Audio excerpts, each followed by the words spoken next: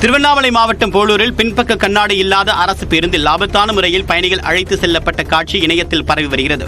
திருவண்ணாமலை மற்றும் செங்கம் கூட்டுச்சாலையில் அரசு பேருந்து ஒன்று பயணிகளை ஏற்றிச் சென்றது. அந்த பேருந்தில் பின்பக்கத்தில் இருக்கக்கூடிய கண்ணாடி முழுமையாக உடைந்திருந்தது. இருப்பினும் அந்த பேருந்தில் பயணிகள் ஏற்றிச் செல்லப்பட்டனர். இதனால் பெரும் விபத்துகள் ஏற்பட வாய்ப்பிருப்பதாக கூறி பலர் இந்த வீடியோவை பகிர்ந்து வருகின்றனர்.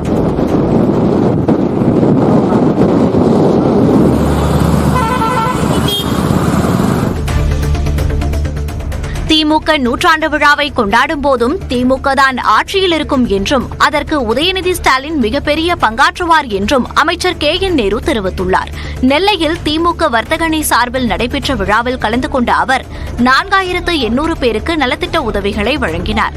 பின்னர் செய்தியாளர்களிடம் பேசிய அவர், விசிக்கு இரட்டை இலக்கத்தில் சீட்டு கேட்கும் விவகாரத்துக்கு முதலமைச்சர் பதிலளிப்பார் என்று கூறினார். தேர்தலில் இரட்டை இலக்கத்துல சீட்டு கேட்க கூட்டணி இல்ல மாதிரி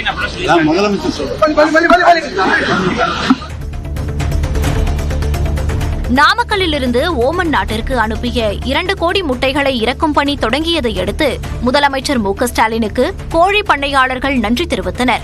எம்பிக்கள் ராஜேஷ்குமார், மாதேஸ்வரன் ஆகியோரின் முயற்சியால் வெளியுறவுத்துறை மூலம் ஓமன் நாட்டின் தூதரக அதிகாரிகளிடம் பேசி துறைமுகத்தில் தேங்கியிருந்த முட்டைகளை இறக்குவதற்கு ஏற்பாடு செய்யப்பட்டது. இதற்கு நாமக்கல்லில் நடைபெற்ற தமிழ்நாடு கோழி பண்ணையாளர்கள் சங்க நிர்வாகிகள் கூட்டத்தில் நன்றி தெரிவிக்கப்பட்டது. ரொம்ப பயங்கர ஸ்பீடா வேலை பார்த்தது எங்களுக்கு உதவி புரிந்த மாவட்ட ஆட்சியர் அவர்களுக்கும் மற்றும் இந்த முதன்மை அதிகாரிகள் அவர்களுக்கும் இந்த துறையை சார்ந்த அதிகாரிகள் அனைவருக்கும் எங்களுடைய அசோசியேஷன் சார்பாக கோழி பண்ணை சங்கத்தின் சார்பாக நன்றிகள் வணக்கத்தை தெரிவித்துள்ளேன். நன்றி.